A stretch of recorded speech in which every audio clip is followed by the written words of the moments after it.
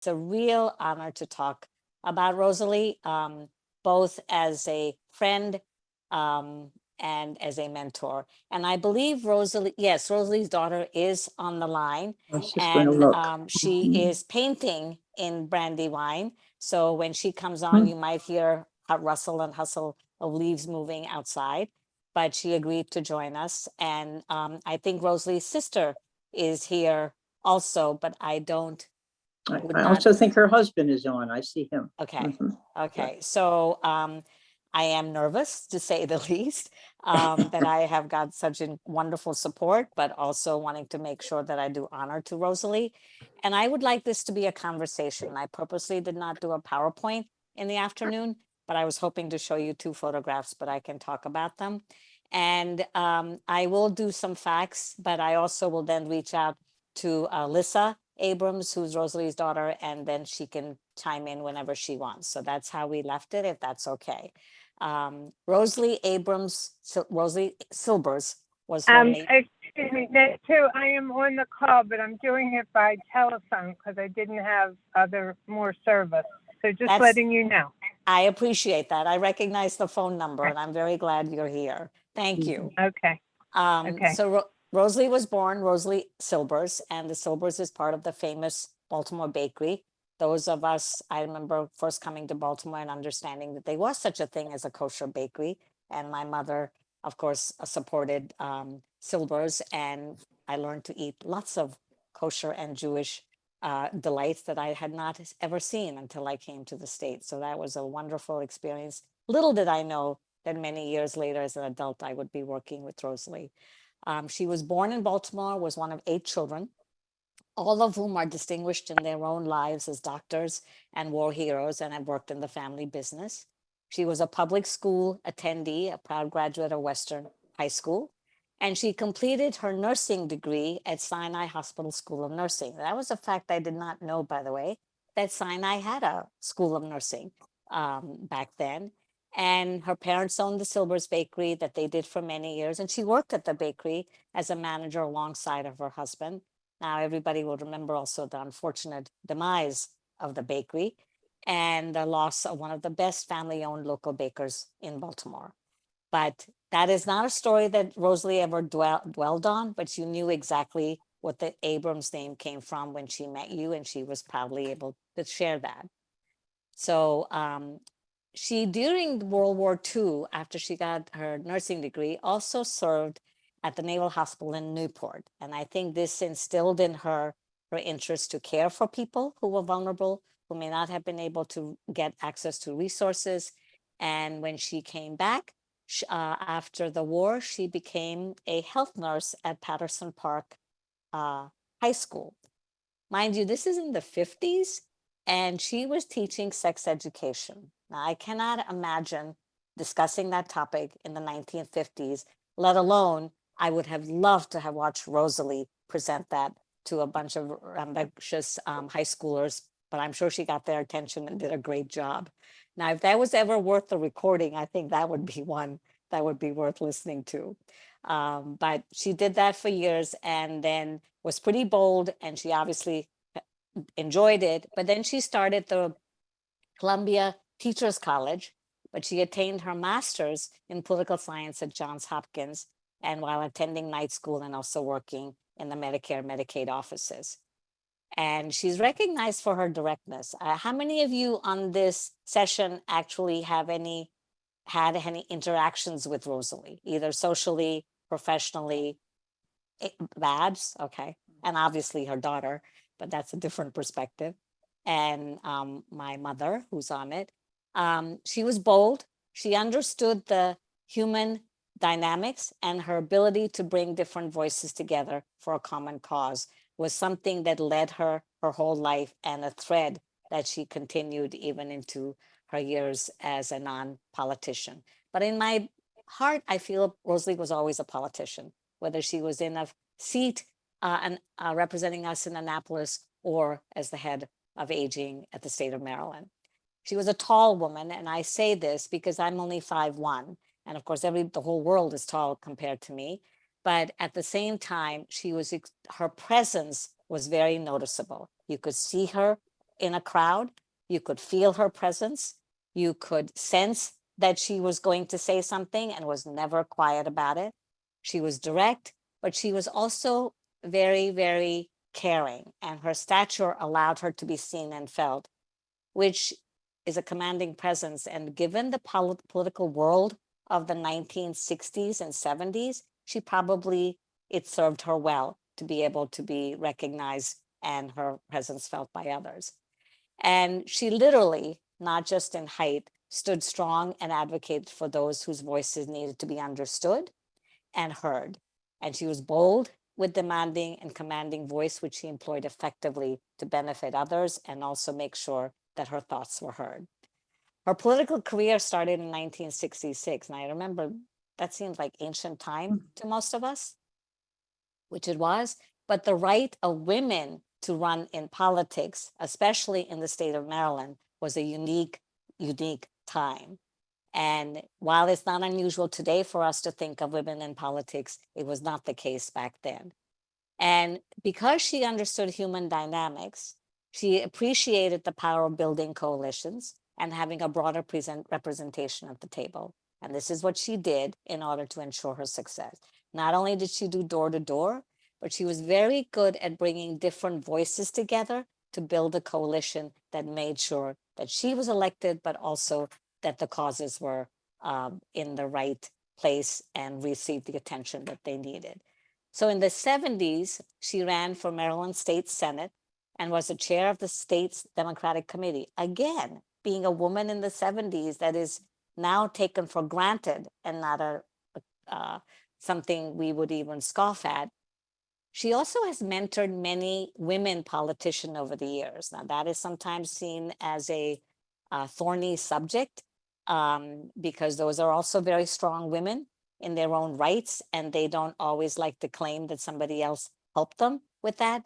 But there was no one for Rosalie. She was entering a world totally of men, and she had to figure out how to communicate with them and be strong. But she in turn made sure other women's voices were heard. And she served as the majority leader under Governor Hughes, which also seems like ancient times. And she was committee chair, which had to be shared, again, due to the biases of the time. We would never allow that today. In fact, I think even the most conservative of men among our society would never even consider having that conversation. But that was very much a part of the world that Rosalie was used to, and it did not deter her. She was like razor sharp and just kept going like a roadrunner through what she felt had to be done, and was not reluctant at all to accept a leadership role. Through all her years, Rosalie had support from her family, her husband and daughter, Alyssa, who's here with us today, as I shared, were always a part of it. I'm sure they had sacrifices to make, but their division of labor was very clear in their household. She was going to be out in the force and being the political leader that she was very capable of, and the family was going to support it. Alyssa, are you able to say something at this point, like about your dinner time conversations? Is she muted? I think she might be. She might be muted. Let's see. Oh, you mean from the host? Okay. Yeah, I don't know if I can. I should be able to unmute her. No, you can't. It's a privacy thing. You can't unmute. She has to unmute herself. Yes, okay, thanks, Terry. Okay, and so Rosalie, Alyssa may not be able to hear either then. Well, she's muted. She should be able to hear us, but yeah. Okay, let me just share a story that she shared that I think would sound better if it came from her voice than mine. But at the same time, she talks about dinner time conversations. And Rosalie, nothing was not possible for Rosalie.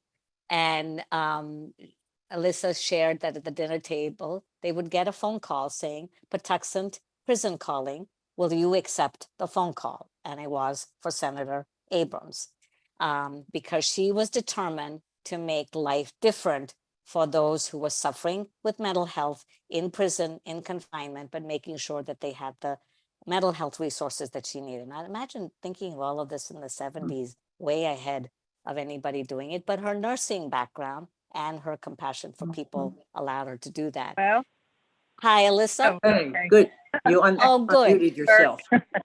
That's, I shared the story about the Patuxent, but it would be much Oh, nicer if yeah. it came from you and any other stories of the dinner table conversations. Oh, well, that was a great story. I shared with Nate too that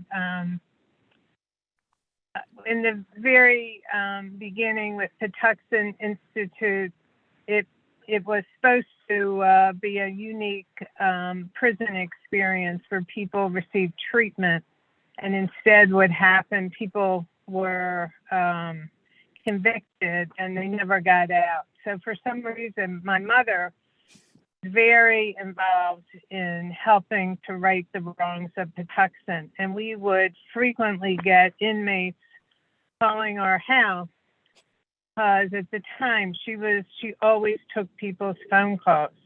And so all throughout, for several years, we were always getting calls from inmates from Patuxent because they had found that she was the only person who would listen to them and do something about it. And it was quite interesting.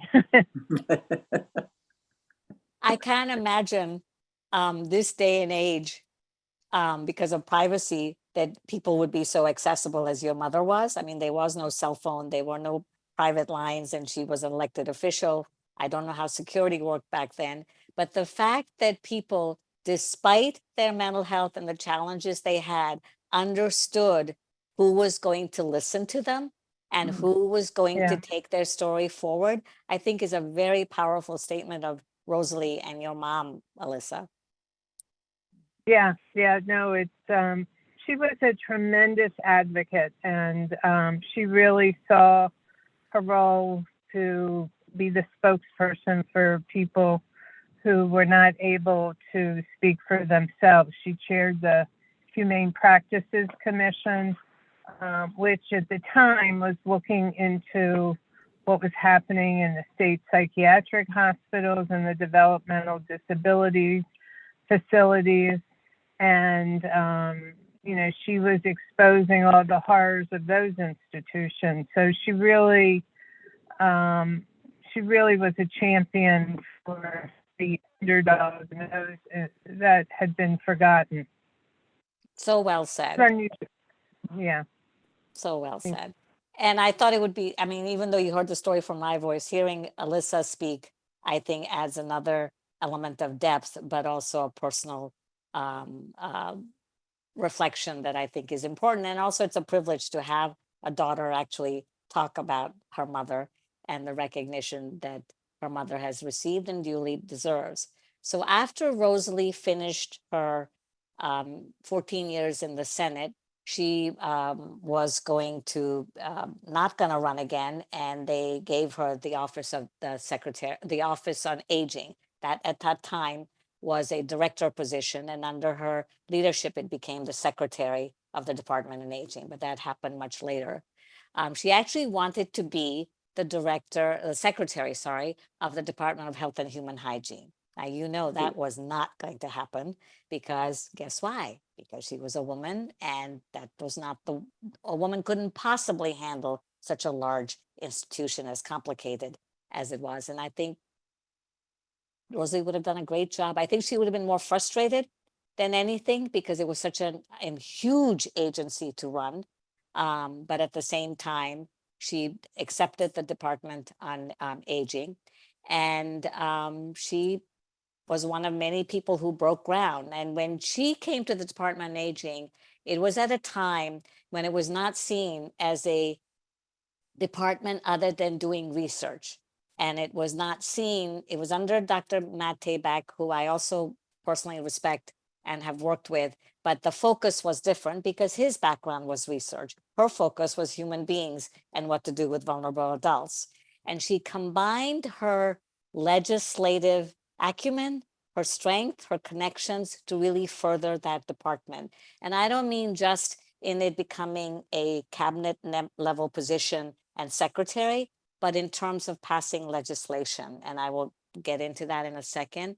But at the same time, she was impatient, and not all staff understood how to work with the political person who was demanding. There's no doubt about it. And she could be put off-putting to staff who were used to a very different mode. Remember, it's a research world they've been working in for 15 years. So you're thinking, have time to analyze data. You don't have to go out and make policy decisions. You just share this and then somebody else deals with it. She was saying, no, what is your job is to be the advocates and to coordinate and plan, regardless of whether it's a cabinet level position at that time. So she mobilized people. Not everybody liked that because change is threatening. But at the same time, she was adamant because that's what she'd spent her life doing, was changing the way the world worked. So in 1988 is when I first met Rosalie. I had just started the Commission on Aging, and I knew nothing about aging in its technical clinical work. When I worked in aging in the field and started a not-for-profit, I didn't know the funding sources and the acronyms and things like that. And I decided to call her because I wanted to go to a training. And that training required the Department on Aging's signature on a form.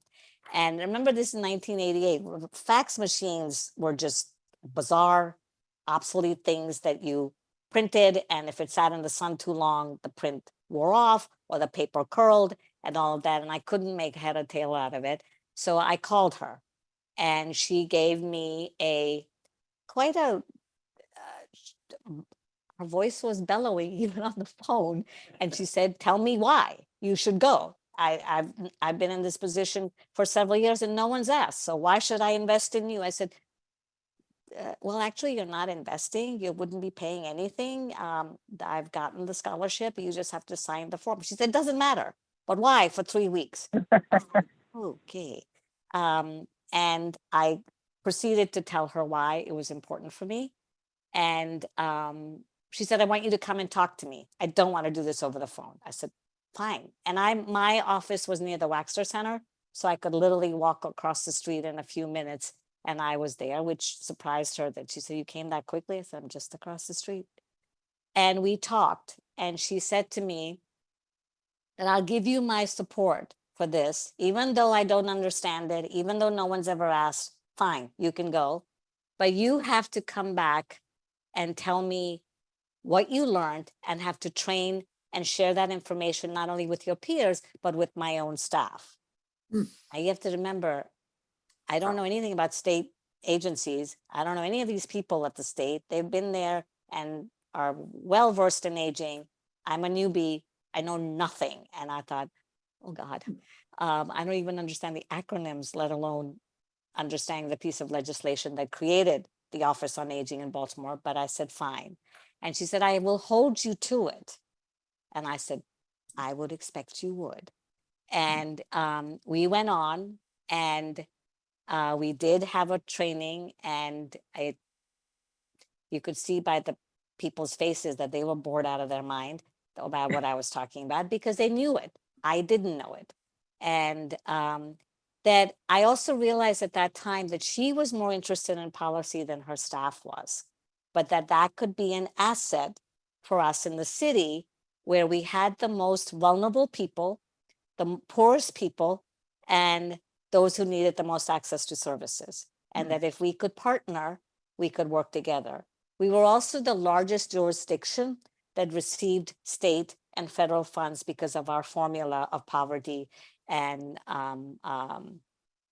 health issues. So we were very much indebted to the state. But I also wanted to have a relationship with them that was beyond just a donor. And Rosalie allowed that. And I was very, very thankful for that in many, many ways.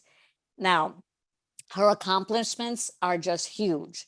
And those accomplishments that she has have made a difference in each of our lives, whether we're aware of them or not. One of them is the Maryland Cost Review Commission. If you're not familiar with it, that when she signed on to work on that and established it, that was revolutionary in healthcare across the country, because it was the commission that regulated healthcare costs across the state of Maryland. So if somebody is in Allegheny County, what they paid for emergency care could not be higher than somebody who was in the city, because the demand was greater in the city and not in Allegheny County. So there was equity in that. She was responsible for that, among other people, but she was a driving force. And that became a model for many, many states across the country, because nobody had ever even thought about that. Her nursing background, her advocacy background, again, played. And remember, her constant listening to voices that needed to be heard and taking care of them was her focus. Alyssa, did you want to say something? No. Okay.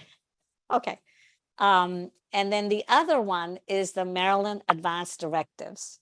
If you're not aware of that, that is a major piece of legislation that she worked very hard with Joe Kern, who was Attorney General at the time, on making sure that older adults' rights were protected, their wishes were understood and clearly marked, whether it came to healthcare, whether it came to their finances, but anything to do with their well-being. And for this one, she was at the Secretary of Aging, and she used that power and influence to be able to make the legislature hear her and be successful in that. And that, again, would not happen today, and we would not have benefited if it was not for her. How many of you know about the advanced directives? Everybody knows about them, right?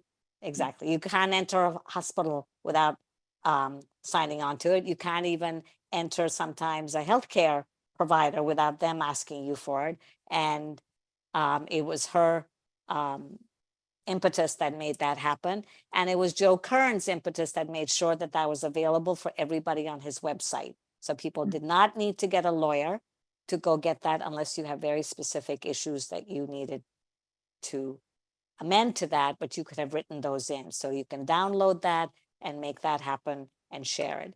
And again, those are all about quality of life. Remember, for Rosalie, it was hearing the voice, it was making sure there was independence and the power to make the decision when it made sense for them. And then the last piece of legislation that I think is significant is the Medicaid waiver program. Now, that may not necessarily impact each of us on this call, because financially we may be in a different situation than the poorer population that it is to help. But I remind you that some of our wealthiest counties have some of the largest numbers of Medicaid patients living in, residents, living in nursing homes. That's because they've downspent the money and they end up being on Medicaid because there's no alternative way to do that. So it is by the grace of God that we go every day and figure out which side we are on. But it is the waiver that allowed, especially people in Baltimore City and vulnerable adults, to make a choice to be able to live at home and not have to go to an institution. We all know the cost of institutional care is high. She never said you don't have to, that you should close down nursing homes. Like some states actually said that. Maryland did not do that. Maryland said people have a choice, and that was very much Rosalie's influence that made that happen. And it was encouraging the state health department to do the right thing. And it actually took a piece of legislation to make that happen. And again, it's because of Rosalie's influence, Rosalie's knowledge of the process, and making sure that her voice was heard so that we could benefit down the road. And I went to, our city was supporting that. And I went to, she called me up and said, I want to do a dress rehearsal with you. And I said, okay. Now this is years later. Remember, I've been there since '88 and this is 1996. And I said, okay. And by then we were pretty friendly and I could call her up anytime. And she said, I want you to bring your comments and I want to read them. I will redline them where they need to be changed. I know the Appropriations Committee, and you need to succeed. There's no option. This is the only time we have to change this a piece and bring this piece of legislation to Maryland. I remember other states had done this for years. Maryland was very late into the stage. Oregon, Washington State, Wisconsin had done it in the 80s. But we, being Maryland, and our nursing home industry being as strong as they were, we were not able to budge that until this happened, and it needed a Rosalie. So we went through my speech. She constantly interrupted me and said, I want to teach you how to sit in the chair. She didn't tell me what to wear, but how to sit in the chair and who to look at, because I know the committee members. And I want you not to read your speech, but I want it to be ready and delivered to them after it. And I don't want you to read the speech. And I said, well, there's some things. She said, you can look down at your notes, but you can't read the speech. I said, okay. And she said, do you know why I'm doing this? I said, I have an inkling, but I'd like to hear it. She said, you have to succeed. And if you cannot put up with me, you will never, ever survive in front of the House Appropriations Committee with Senator Hoffman. And I said, got you. I got it. So we were always on the same side of an issue. She had the inner workings and knowledge of how to make an issue move forward, which I did not, and neither did my colleagues and peers. But I trusted her instinct. And more importantly, she trusted herself. So she had the confidence to be able to say, I'll make sure that you get the right thing. And that were both lessons I learned from her. And I think I've taken advocacy as a serious role in my life, but it was a great deal. And I don't say this because Alyssa's here today. I owe it to her for teaching me how to get it done and how to not give up.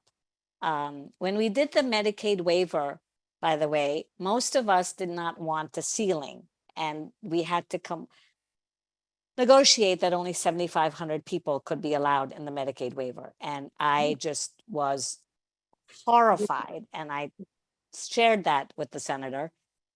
And she said, you have to start somewhere. You could always come back in there and change that. I said, it'll never happen, Rosalie. And sure enough, it doesn't happen. We're still at 7,500 people as a ceiling.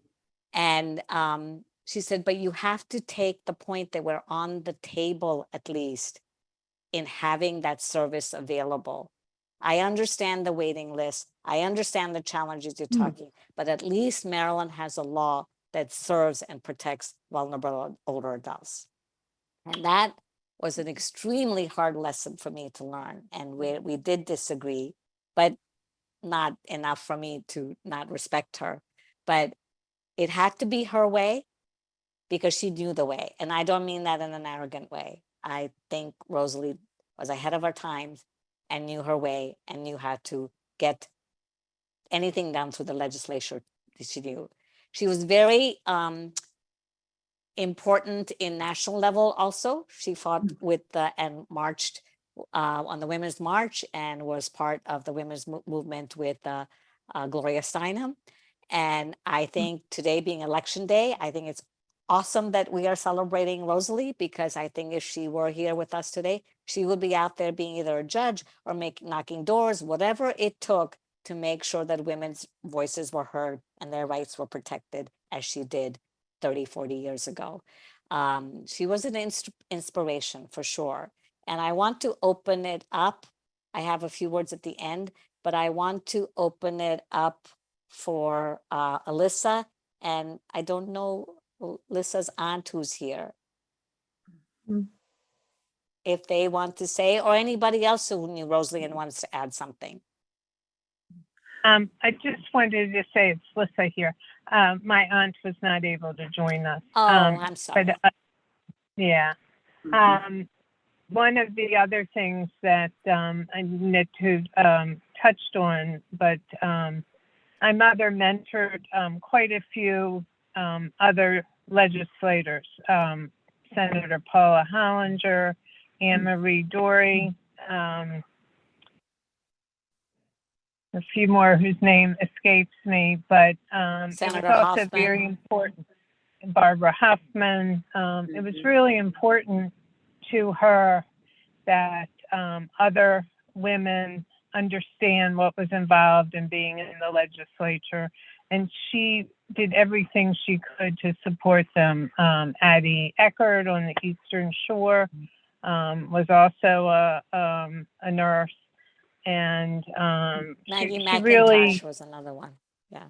and it just it was something that she felt strongly about, that it wasn't just about her. She wanted other women to also be in leadership positions. And one of the things that my mother would always say was that if you want to see something changed, you have to run for office. And she believed that to be true, that and that was how she got into politics. She was very interested in healthcare as a nurse, and she wanted to make some changes. And someone said to her, you know, you're always suggesting this, you're always suggesting that. I think she was on the board at Sinai Hospital. And they said, you know, if you want to make so many changes, you should run for office. And she decided that she would do that. And her focus was healthcare, nursing, the environment. And she really she introduced so much legislation. When you would go into her office in the legislature, and she had an office at our house, and she had always a half dozen volunteers. People were constantly working. She was tough to work for. She was always barking orders at people. She wanted to accomplish a lot, and she was very successful as a legislator. So I Thanks. just wanted to add that. I appreciate that, Lisa. That's very important. I also want to echo the word you used, bark, which is exactly how her staff described her. Her bark was huge, but at the same time, her heart was also on her lapel. And I can remember where staff literally were shaking in their boots when they had to go talk to her. But other staff that she trusted, and she trusted most people who were very direct with her, and they would go in and say, you know, I think you need to apologize, or something is not right here, you need to say, and she would say, why? And they would proceed to tell her. And believe it or not, Rosie, being the humble woman that she was, did go apologize. Now, the person never relayed that story, but I heard it from other folks, but she did apologize. And she, again, wanted to know that you were able and sincere to doing the job that you were cut out to do and took. So if she were going to testify, not just testify, but be her legislative aide in Annapolis, because she couldn't be there all the time and run her department, that she needed to know that you were going to carry out the voice of advocacy down there. And if she didn't have confidence, she wouldn't send you down there. And I don't think that's necessarily a negative. That's an asset, but she didn't necessarily have the patience. I won't say grace, it's more patience to do it any other way but her way, because it had worked so effectively in the legislature, where you were demanded to override the men's voices and be heard, and that's what was needed. The other thing that I don't want to underestimate is that she was a Jewish woman, and that makes a big difference. Again, we're talking about, 1960s and 70s, where Baltimore was extremely, and in some parts continues to be in some ways, extremely segregated. And Jews were not necessarily embraced as active citizens unless they were in philanthropy or running companies, but they weren't seen as an important part of the fabric by everybody. Yes, people knew the power of having coalitions, but she understood that because her survival was dependent on it. And so it would make sense, as Lisa said, that she would have other people she would train, all women, to be the next generation of politicians. Those are also very powerful women in their own right, but very, very different from Rosalie.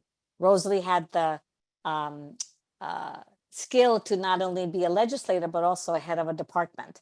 under two governors, Schaefer and Hughes, which is pretty phenomenal, and a very effective one. Very often those positions are given to people, the Office on Aging position anyway, where they are going to park somebody because that's the least harmful department to work in. You know, it's not as policy driven as housing or transportation or health. So you have them there. Rosalie didn't do that. She took it to a different level because she believed, again, as Lissa said, and I've shared, her belief in taking care of people. And that was deeply rooted in her. And we are the beneficiaries of her Absolutely. policies and decisions. Babs. No, I got to meet her as well and had some of the same reaction you did. I remember going with a group to talk with her about adolescent pregnancy and how she grilled us on the facts and, you know, why it was so important that the legislature, you know, address this issue. But I was going to ask, Lissa, I'm curious who mentored your mother? How did she get to come to be this advocate and this forceful advocate? Did she have some mentorship in her own life? Are you able to hear me, Lissa? Yeah. I have to say, I don't know who mentored her. I you know, when she first ran for office in 1966, she did so because she decided that's what she was going to do. And literally, I was 11 years old. That day, it was the last day you could register to run for office. And I remember she and I went with her. We went to Annapolis first, and they said, no, we were in the wrong place. We had to go to Baltimore City. We drove back to Baltimore City, and they said, no, you got to go to Annapolis to register. And we ran into the State House, and it was like 3:30, and 4 o'clock was the deadline, and she registered. She didn't have a clue what she was doing. And she always said that the security guard who had helped us that day, he said to her when she was elected, he said, I told my wife, the strangest woman came today who wanted to run for office, and she had no idea how to register. And here she was, she got elected. Amazing. So he obviously remembered her very clearly. She made an He impression. remembered her very clearly. So she didn't have any mentors. And in the beginning, you know, she really saw herself as a renegade. She was going to be, you know, the first to do this, and she really wanted to make changes. And, you know, at times she had a big ego, and my mother was very smart. She let you know she was very smart, and she was very smart. And she was able to get things done. She was smart and she was practical. And I think as her career took off, then she developed a network. But she really was a trailblazer, and she did not have mentors in the beginning. So She sort of sounds like some of the suffragists yes, that Pam yeah. has talked about. Yeah. Some of the women who, Yeah. you know, marched and spoke to the men in government, you know, about getting the vote for women and getting the rights for women, who probably just, you know, were also very bright women. I don't know if Pam can talk to it, but who also were probably very bright women who just said, you know, they want to see something changed and something done. So listening to Alyssa reminded me there was one fact I read, and I wasn't necessarily had not confirmed it, so I'm going to share it. And that is that I think Rosalie liked to beat the odds. And she, to your point, she was very smart. She knew she had the will, the commitment, and the brains, which you all needed in order to succeed in the world. But more importantly, I read in one document that her father had supported her brothers going to college, but not Rosalie, and said, you know, why do you need a college degree if all you're going to do is change diapers, quote unquote. And I think from very beginning stages, it was in her DNA to beat that odd and say, no, I am going to be that. So she Right. became a secretary and worked in a law firm. So I think she started getting the idea, and I'm not 100% sure this is accurate, but I was just listening to what you were saying, Lissa, and saying that, you know, the exposure started and her determination kicked in gear, and she started learning everything she could and then went off and did that. I don't know if there's a correlation linkage or not, but she was a very driven woman on her own and did not need a whole lot to guide her. And nowhere did I read who guided her. I think it was her own self. Okay. But it's impressive that she turned that into a powerful tool to bring other women along. And Yes. not all of those women will admit that Rosalie had an influence in their life, but she definitely paved that way, and I think is to be recognized. And one of the women, wasn't it just this past year, early in 2022, Shelley Heddleman had Senator Abrams' photograph installed in the Senate chambers in Annapolis, which is a pretty big deal. I mean, considering it's the first woman who's there. And by the way, even when she was Secretary of Aging, she wanted to be called a senator. It was not Miss Abrams. It was not Rosalie in a formal thing. It was the senator. The senator has called you. The senator wants you to do this. And that title never left her. And I think she was very proud of her achievements, as she should be. And I think that she finally has that honor of being in the legislative chambers is also a big deal. So, Very interesting. yes, Pam. I don't know Pam's last name, but you have to unmute yourself. Yes. Patty. Hi, I'm Patty. Sorry, I read it as. First off, I want to say to you, Neetu, that she obviously taught you well about speaking, because you gave us that whole lecture. It didn't appear that you were looking at notes at all. And it's like you just had it memorized. So from a public speaking point of view, you really did an excellent presentation without notes. I have two other comments. One is, and maybe this isn't what to get into, but did you say there is a cap on the number of people that can get Medicaid in a nursing home? 7,500? No, sorry, I didn't make it. There's a cap on how many can be enrolled at one time in the Medicaid waiver program. That is the community-based program, not in the nursing homes. No, Right. no. And the last thing thanks for clearing that up, but probably wasn't listening closely enough. I logged on in the beginning and I saw a glimpse of those photos. Is there any chance here at the end of the lecture you could try to put them up, even if they're sideways? I don't know about anybody else, but I would love to see a picture of her again with Gloria Steinem. And I think the other one was, I'm not sure. Let me see if you can see. Can you see this one?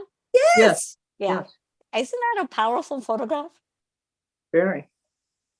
And look how young Gloria Steinem is. Exactly. So that was one. And let me see if I can show you the other one without. That also shows you how tall the larger woman she was. Exactly. Pam, I can show this, but I can't do it. It's sideways, and it is with. Let me see. Let me try again since you. Okay, let me get out of this. Then hold on 1 second. Yep. I think we can look sideways at that a minute. I could probably do that. Oh. Okay.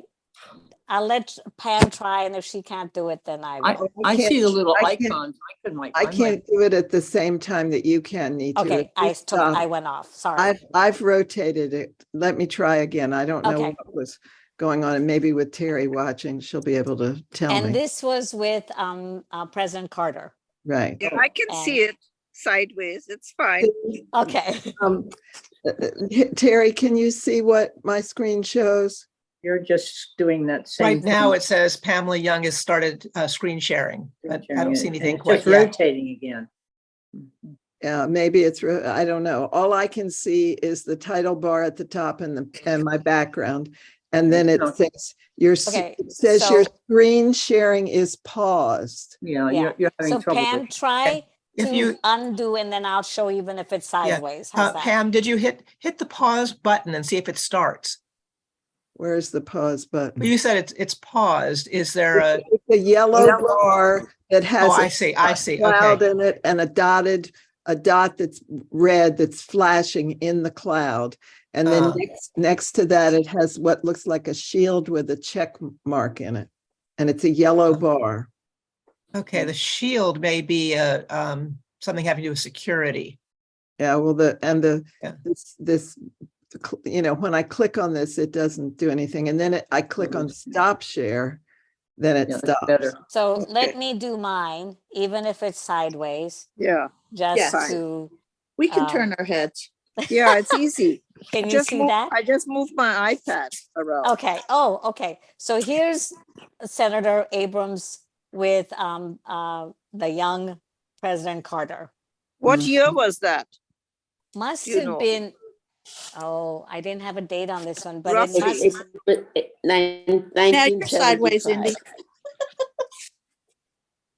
Alyssa, would you, well, he had to be president, so that would be in the Yeah, it was, 80s. It was it was 1975. during his presidency, and she was invited with a very small delegation from Maryland when Scott and Begin, Prime Minister Begin of Israel signed the Oh, the peace Israeli agreement. peace accord. Okay. Yes, Okay. and So, then my mother was also chairman of the Democratic Party, right. and yeah, So she that would have been in was 1991. frequently- No, it was in the 70s. Oh, okay. Okay. It was during Carter's presidency. Oh, sorry. So Sorry. it was- Yes. Yes. So yeah, it was probably 76, I think. I forget. But she was frequently invited by Carter to the White House during his presidency. Wow. Wow. So those are my two photographs, and the Well, others I could not put together and have Thank you them very work much for out. Oh, sharing you're that. welcome. Thank you for asking and being tolerant. Neetu, No. that was a wonderful speech, and I learned so much because I came here later, so I didn't really know anything. So it's been Thank you. wonderful to hear Thank you you. and explain. So yes, Lauren has a question. She was my friend and neighbor at Cross Keys. Oh, really? And Rosalie was funny. Sometimes she was sewing. One time she invited people for a small party, and the caterers were late.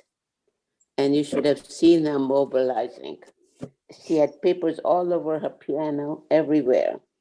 But caterers finally came and they said, "We are not going to charge you anything. We've been remiss." And I remember, Lisa, last time I was at your place, you had a lovely birthday party for her. And she was absolutely ecstatic and so happy that she could meet your friends and her friends. I remember, and of course, we were constantly exchanging keys. She was losing the keys to her house every week. So I had made 6 keys for her. So we'd keep it under the mat, but she was a wonderful, wonderful friend and neighbor. Hello, And this she is always called me Shawan. So I said, I am Shawan, not Shawan Road, but I will be there for you. that's Gloria you. wants to speak. well. This is Hannah. I'm on Gloria's laptop. I am a Sinai Hospital graduate as well, and we Oh, were nice. always very proud of Rosalie Abrams as our alumni association. Yeah, so we were, she was a proud member, and we were very proud of her. Oh, how nice to nice. hear that. Yeah. Yeah. Anybody else have a story? Yeah, I was looking to see if there were anybody on chat, but I don't, in the chat, nobody's put up anything. I have a wonderful comment from one, I'm going to read the name, Abe Weiserberg, And That's- he that's- said that she was able to anticipate the future and lived in a life of no regrets. Thank you for the Well, that's her uplifting son-in-law. presentation. Oh, her son-in-law. Okay, I didn't know that. So I really appreciated that comment. I think that just sums up Rosalie. Uh-huh. Totally. There's one other anecdote I wanted to share with you that that the staff had shared, because I talked to one or two of her staff in connecting the dots for this conversation. And they said that they were having lunch with her in the cafeteria. Remember, they're on the Preston Street building at Howard and now Martin Luther King. And they had gone downstairs to get lunch. And this was her deputy. And Rosalie went from one, it was a cafeteria. So she went from one thing to another. And so Susie finally said, Rosalie, make a decision. And she said, I don't know what to eat. And so Susie said, well, there's all these choices. What are you in the mood for? She said, I don't know. And so Susie said, what do you mean you don't know? It's a simple decision. Chicken salad, tuna, notes, blah, blah, blah. And she said, you don't understand. I don't make these decisions. Somebody puts food in front of me. And all these years in the legislature, she had gotten used to that. She said, I don't do anything for myself.